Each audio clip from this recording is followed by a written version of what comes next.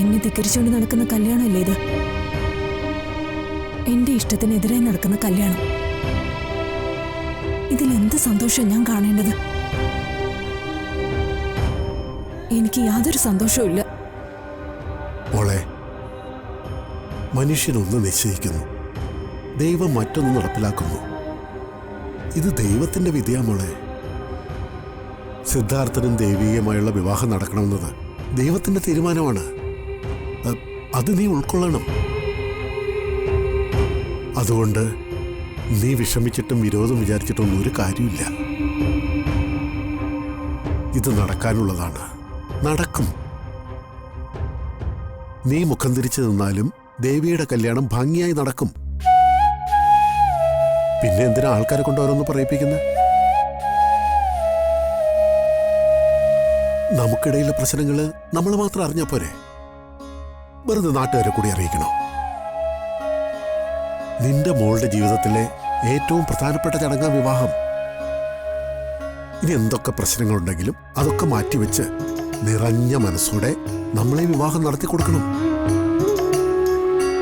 ശ്രീകലേ, ഈ ദിവസം ഇനി ഉണ്ടാവില്ല, അത് ഓർമ്മ വേണം. കാലം കഴിയുമ്പോ നിന്റെ മനസ്സിലെ കലക്കങ്ങളൊക്കെ മാറിയെന്ന് വരും. അന്ന് ഈ ദിവസത്തെക്കുറിച്ച് ഓർത്ത് നിനക്ക് നിരാശയും നഷ്ടബോധമൊന്നും തോന്നരുത്. അതുകൊണ്ട് ഞാൻ പറയുന്ന മോള് കേൾക്ക്. എനിക്ക് പറയാനുള്ളതൊക്കെ പിന്നെ പറയാം. മാമളെ, നീ നടക്കേ.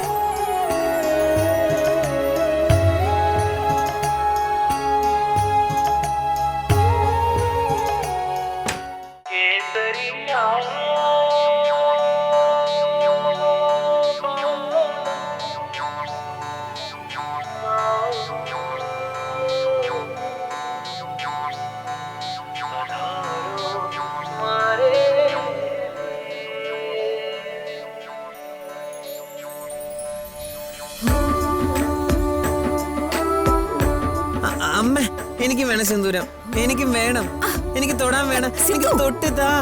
നിനക്ക് എന്തിനാ ഇപ്പൊ സിന്ദൂരം? എനിക്ക് വേണം. ചേട്ടന് പിന്നീട് സിന്ദൂരം തൊട്ടാ പോരെ? പോരാ പോരാ, എനിക്ക് സിന്ദൂരം ഇപ്പൊ തന്നെ തൊടണം, വേണം. ശരി.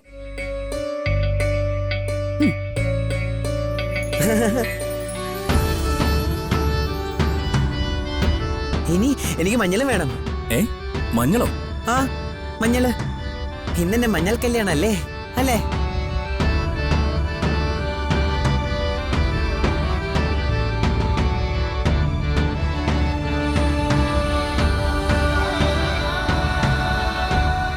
ആണ്, ഇന്നെന്നെ മഞ്ഞൾ കല്യാണോ? അതുകൊണ്ട് നമ്മൾ വീഡിയോയിൽ കാണുന്നൊക്കെ പോലെ എന്റെ മുഖത്തും ദേഹത്തൊക്കെ മഞ്ഞൾ വെച്ച് തരണം.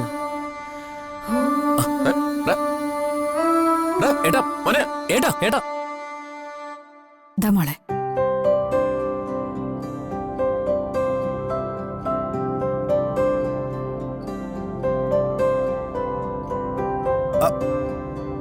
മോനെ സിദ്ധു, നീ എന്ത് പണിയാ കാണിക്കുന്നേ? അവന്റെ സന്തോഷം അതാണെങ്കിൽ അവൻ ചെയ്തോട്ടെ. എന്നാ പിന്നെ നമുക്കും ചേരാം, അല്ലേ ഋഷിയേട്ടാ? ആ, എന്നായിക്കോട്ടെ. തേച്ചാ